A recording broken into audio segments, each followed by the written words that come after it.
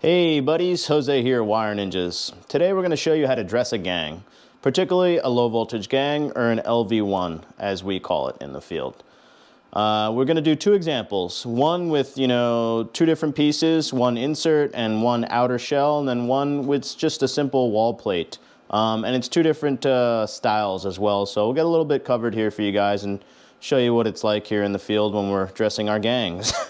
Alright guys, so I've laid out what we need here to accomplish the goal. So here we have our fresh cut gang. As we showed you guys how to cut a gang, that's another video. Check it out, please, and thank you. So we have our fresh cut gang, and we have our wire here, or cable. This is a coaxial cable, or 75 ohm resistance, high grade audio cable. Depending on the use of it, it's a cable, all right? This can be used for coax, this can be used for audio, terminated with RCA for subwoofers, or RCA for simply audio out to a receiver, to an amp, etc. So we have a cable and we have a fresh cut gang. Now, the next step would be to put in a bracket or a wall plate bracket. We call these LV1s, that's what I call them. They're made by a few companies, Carlton, Arlington. It's kind of funny, Carlton and Arlington. But yeah, a few companies make these things, and you could pick them up locally at Home Depot, any audio video distributor, or definitely online where you can buy anything. So a couple things we need. We need our bracket. We need our wall plate, or our finish plate, however you want to call it. And then for this particular one, like I said, we're going to give you a few examples. This is a coax termination, so we need a keystone for coax termination. That's what this is. That's what I call it. I'm sure there's a different or many different names for it, especially between installers as well as the manufacturers. So I think step one is to put this on, and let's give you a little overview of how this works. So this goes flush to the wall. You can see there's a nice little slice here. That's going to sit flush on the wall, and then you have two butterflying legs. Two little legs, so when you pull the screw in, the leg also comes in and it pulls against the drywall. So it sandwiches this little flat surface mount plate between the butterflied leg, giving you a nice strong mounting point for your wall plate.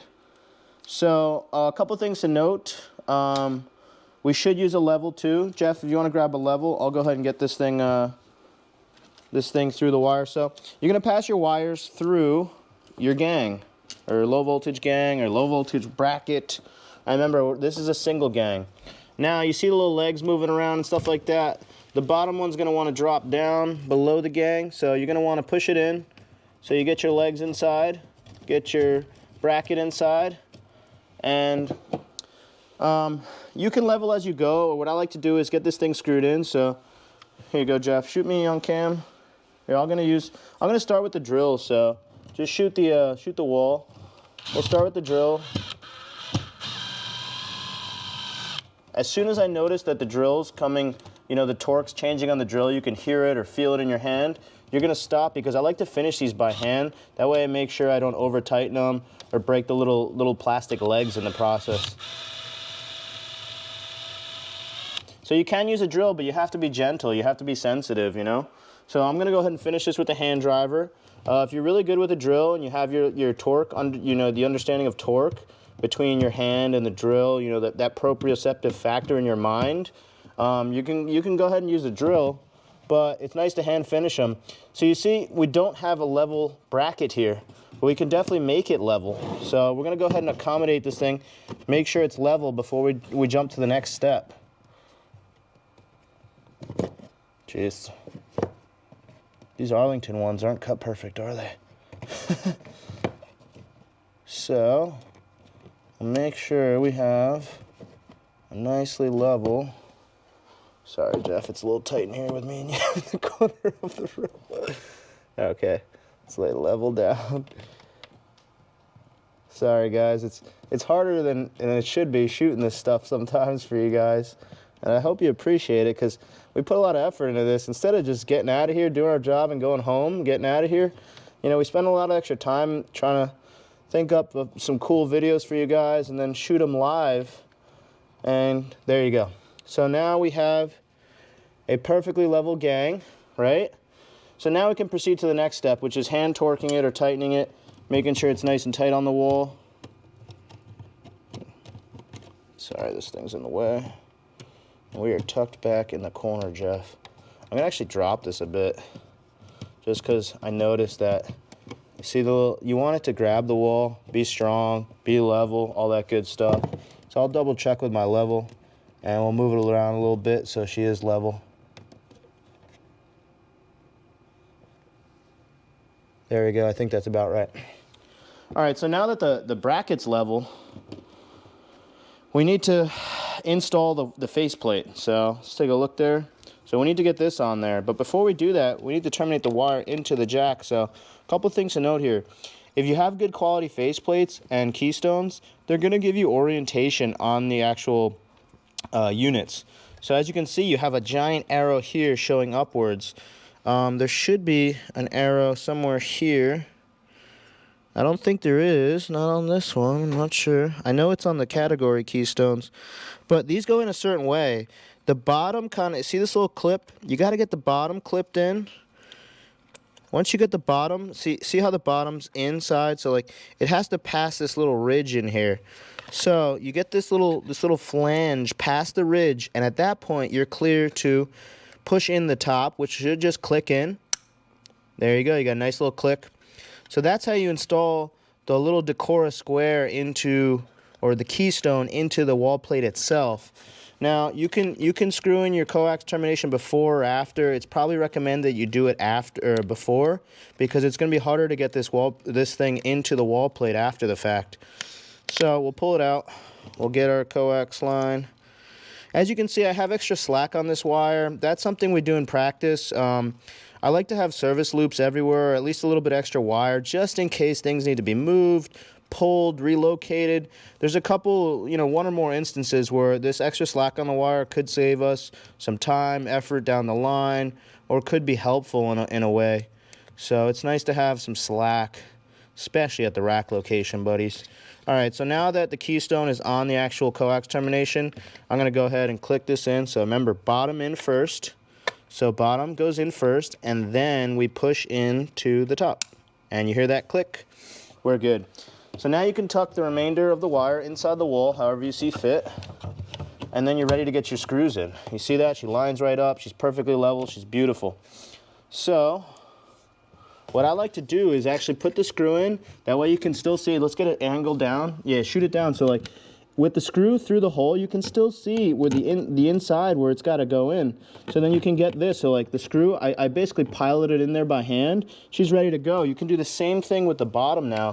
So I put the bottom in, and then, yeah, if you get a nice angle there, you can hand turn the screw in there, and you have enough distance or enough gap between the wall plate and the actual bracket so that you could see both holes, hand torque them in there, and then basically come with your drill and just finish the job. That way you're not finishing, you're not trying to find the hole while it's so close to the wall. They actually make the screws long enough so that you could do that. And then I like to finish these by hand too, and one of the reasons I like to do so is because here at Wire Ninjas, we like perfection, and I like my screws to actually be in perfect parallel and perfect line. I don't like one cock to the left or right. You know what I'm saying? I like the symmetry here. We take things too far, and it's a good thing for the homeowner or the client. Let's go take a look. Now we're going to go take a look at another example. So we're going to give you guys another example, a little bit different. It's going to be a brush plate configuration, and there's two parts to that actual wall plate. So let's go see. So here on the other side of the wall, we're starting to wire things up, and like I said, it's a different style wall plate on this one. We still have the gang to deal with. You always need a mounting bracket, and it's good to use the right stuff. I've seen people use a single on a double or a triple gang, really messy stuff. If you have a single, use an LV1. If you have a double, use an LV2, and so on and so forth. So Jeff's going to pass all the wires through this first and get the bracket in the wall, as we showed you guys. I'm going to give you guys a briefing on this. So this is a Vanco Decora style brush bulk cable wall plate. It allows for multiple bulk cables to be organized for professional installations. It fits on a single electrical J-box or low voltage mounting box. Easy installation. The opening is approximately 3 1/4 by 1 1/8. trim plate and color matching mounting screws included. So a note there, if you get more premium stuff, it looks better. It's usually a little bit bigger plate. There's really cheap plates. They're actually a little bit too small. They don't really hide the cutout as well. They usually don't have color matching screws, and these things are only a few dollars. A brush plate like this is actually probably $5 to $10 depending on where you get it and what brand it is. They do make brush plates up to $20, which are really nice, but I gotta be honest, these Vancos are pretty solid. I like them. So we'll take that out of the packaging there. So as you can see, it came right apart. So a couple things in this bag. There's inside screws, outside screws. So again, it's a different setup here. There's two sets of screws here. We have an outside plate. As you can see, this is a Decora style wall plate that's going to go over. And then here we have the actual insert. So some of these wall dressings or, you know, plate dressings, some of them are single. So like the last one we showed you was just a plate itself. Now we're going to give you an example of the two-part system here, which this happens to be. They also do make these brush plates in a one-part configuration or in different form factors too. Some of them are all solid plastic and they have a different look and feel to them. It really depends what look you're going for and where this is particularly going. Now this is going behind a rack, so no one's ever going to see it, but that doesn't mean I don't like to dress up my wires or, you know, my wall plates, make everything look nice and tidy. So as part of that, we're going to go ahead and plate this thing. So we have a very unique situation here, actually, if you guys want to take a look. Previous installer did not a great job. So we're currently in the process of wiring up a new theater here, and we have all our cables pulled through our new gang. I instructed the team to cut a whole new gang for this, avoiding this mess that we have to come back and address. So for the time being, we're going to get the theater up and running. So we decided to pull all the wire through a new single gang location, allowing us to have a working operating theater. Meanwhile, we can work on the rack and its entirety, its equipment, and everything it's wired to on a separate day, and not it can be done independently. So very good thing that we're doing, because if we ran the wires through this other mess, we would just have a bigger mess on our hands and we wouldn't be able to work on both systems independently. It's great to break down the systems into subsystems within a rack and work on them independently. That way you don't get overwhelmed. You have a much better idea of time, you know, referencing how long it's going to take you to do certain things, and you can accomplish things along the way. You know, it's nice to have, you know, goals, accomplish, goal, accomplish, and then move forward. It gives you a nice little motivation on the day-to-day on any site. So as you can see, he's pulling all the wires that we need to through this gang first, or the LV1. He's going to get the wall plate bracket in place first, and then we're going to go ahead and start dressing this thing. After he gets that bracket in place, we're going to get this brush plate. This is the second piece, and then this wall plate comes and finishes it. That's going to be the final step there. So you see that? That's what the final look would be with the wires coming out here. So let's go over the little screws. We'll go over some items while Jeff's getting ready for us.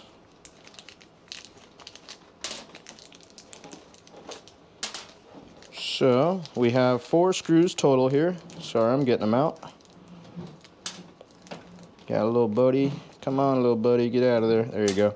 All right, so 4 screws total. These are the inside. The longs are the inside. They're the same ones we used last time. And these are the actual screws that go through any plate and the internal bracket. You'll see they're much longer. These are much shorter because these only go from the wall plate to the secondary middle piece that we're using here for this configuration. So you got your gang up. Did you screw it in? I'm ready to screw it. All right, so level it off, screw it in. I like to get some tension on there. You know, you get it kind of tight to the wall a little bit. And then once you get a little snug, then you can level it off because it's going to stay put, you know what I'm saying, wherever you leave it. You have the hand driver, or you need it too? I have it. Okay, cool.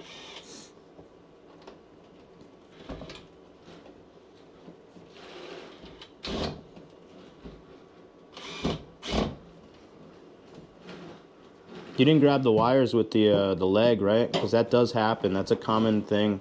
That's a common occurrence that happens here with these wall plates.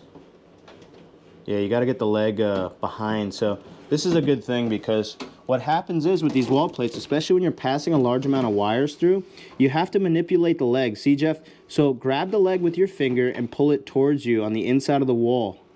So yeah, push the wires past. Yes, exactly. And then grab the leg, move it over. Exactly. Now pull it towards the wall, the back of the wall, the inside of the wall, the leg itself. I know it's confusing. Push it inside? Yeah, push it up. Does it have enough slack or you need to undo it more? Undo it more. Yeah, so undo a little bit more. No rush, no worries. This is actually a good thing because it's a common thing. Yeah, I think that cleared it. All right, so now flip it back to the other side. All right, so yeah, now pull it towards the wall so the screw pops out. Exactly, yeah. You want it in that position. Oh, Steve's pushing it, isn't he? Yeah, no, you could push it, Steve. That's exactly what I wanted. So if you pull it against the wall and you have the screw poking out like that, you know it's not grabbing any wires in the process. Very common thing to look for. It will pinch the wires. Not a big deal. You just undo it and then redo it the proper way. I'm actually happy in a way that if things, little hiccups occur, because I wouldn't remember to mention certain things, during the filming process. And you can't always recreate them. Yeah, you can't. Exactly. That's what I'm saying. Your mind wouldn't travel to those pools of thought. So let's just make sure we're level. As long as we're... loosen it yeah, it's cool. It's understandable. Yeah. This is good. This is for our first time. Loosen it up a little bit so it's just snug enough so that we can level it off, but it's still tight enough so that it'll stay put once we move it.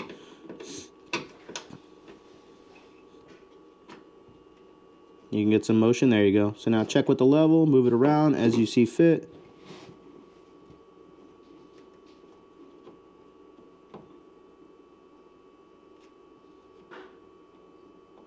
That's great. And once it's level, swing that leg back up and then screw it in, finish it off. See the legs down? Yep. Yeah, swing the leg back up into the, is it past the drywall? I think it's past the drywall. I think we need to undo it again. Yeah, I always hold my finger there and make sure that the leg is actually gripping against the drywall as opposed to simply screwing itself closed like it did. Yeah, if it's not past the drywall, unscrew it more. It is now. Okay, cool. Yeah, I always keep my finger on the back of that leg, one finger on the back of that leg, to make sure it sits there while I screw it in. That's one of my little tricks that I use. Uh-oh. Which light's dying? My camera light or the Bosch light? I think it's the Bosch light. Yeah, Bosch. Alright, so let me know when you're anchored in there. We'll get the brush plate on. Top is good. Finish the bottom. Remember, tight but not over tight. Mm-hmm. Yeah, it's good. Alright, cool. So the next step in this one, I have a thing stuck to my arm. We have to get the middle section, all the wires to the middle section. So Jeff, let's go ahead and do that. Here, I'll hold up the wires for you while you work the ends. So here, take your brush plate. And remember, this goes in one way, so there's a front and back. This is the back. You see the back's much different from the front. Yep. So let's put it back in first. Let's get all the wires through the plate. Here, Jeff, walk it out. This is another little tip. If you sit there and you pull wires, you will make a nest. It's always best when you're dealing with multiple wires to walk them out. Walk them out so they don't all loop together and create what we call a rat's nest. Much easier to deal with them if you walk them out every time. As you can see, when you walk them out, you have a nice long strand of cable. You're not dealing with a whole bunch of cables all twisted and tied up together.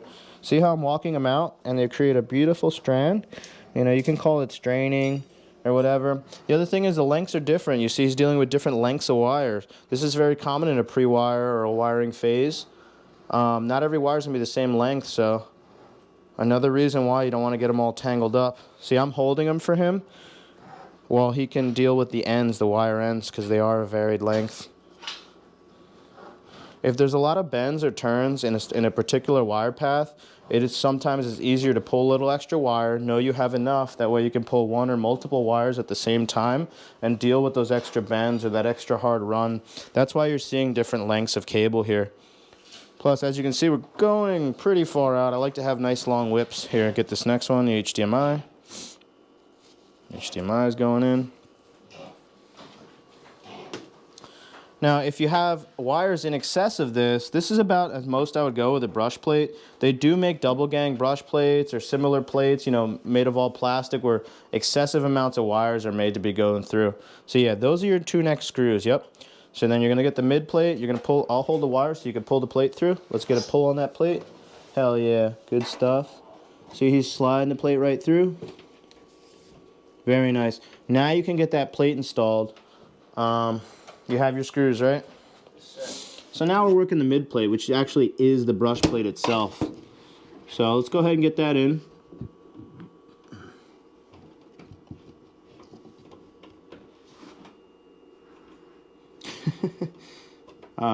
Which light died? Oh, it was the Bosch. You're cool.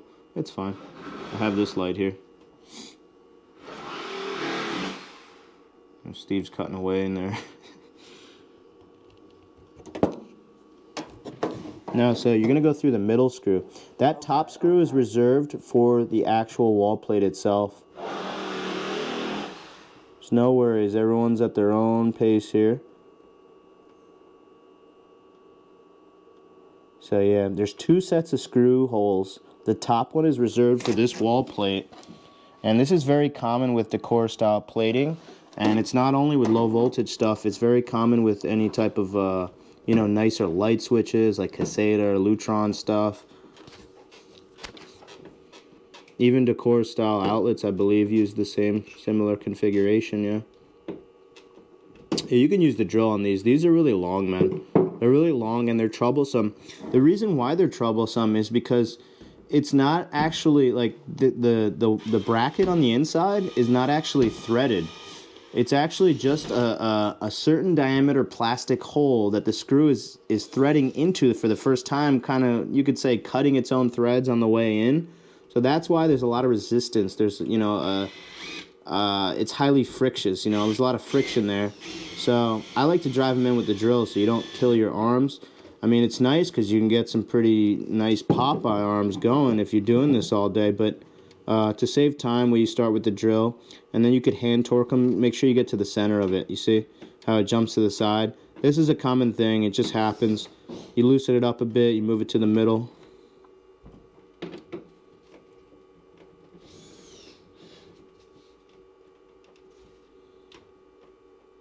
So I'm already liking this video. The content's cool because we're covering, you know, the issues that could occur along the way. It would seem at initially that it's simply a matter of just putting 2 screws in the wall or putting the plate in the wall, but there's definitely a little bit more to this. And we haven't even, gotten to, there's a whole bunch of different applications that you could do. Like I mentioned, HDMI, USB, coaxial, RG6, or RG59, but also the RCA terminations of it. Yeah, it's a hard balance. It's probably too tight so that it can't manipulate its way there. You know what I'm saying? Mm-hmm. It's just too tight, so it's just jumping from one side to the other. You're giving it no flex at all. It doesn't have to be super tight, but it can't be like loose either. We don't want the plate jiggling around. Yeah, you see what I mean? So it naturally rode to the middle. Oh, you just want it off to one side? Yeah, that'd be fine. If it doesn't secure in the middle, that'd be fine. I like that side too because it's going to cover up the hole real nice. You'll see. So let's go back to like we made another video on the actual cutting of these single gangs, and another reason why it's such a beautiful thing is because there is standardization. Not only do all the brackets fit in place, but all these finish plates are the same exact size. Here you go, Jeff. Do you need a flathead for these? Yeah, you actually do. You want me to get you one? I can grab it. Alright, that's cool. I'll get it. Let's go into my pouch. Give you guys an inside look at my pouch. It's not as cool as you would think, but it's got everything I need on an everyday basis, so.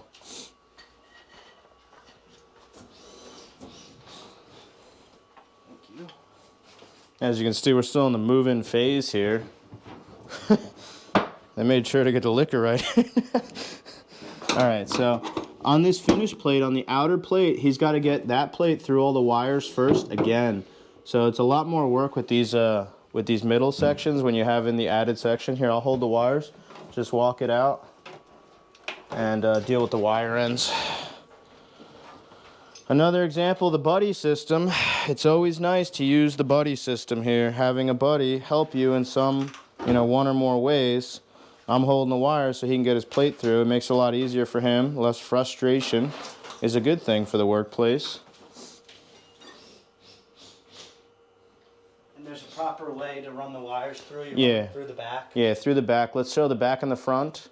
So the front is the finish side. It's the back is convex, whereas the front is concave. It bends inward. And look at that. That's a little mini boot. What the hell? That's adorable. Holy crap, it's an UGG. Is this your boot, Jeff? That's amazing. I've never seen something so adorable. Little mini boot. It's kind of like a mini speaker.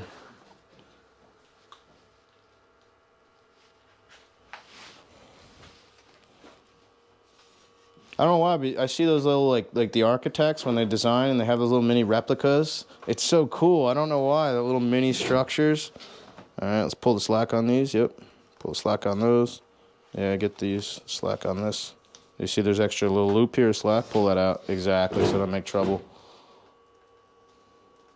This one still, yep, that's cool. I think we got one more that kind of slipped through. Yeah, it's the cat cable, so grab that cat cable too.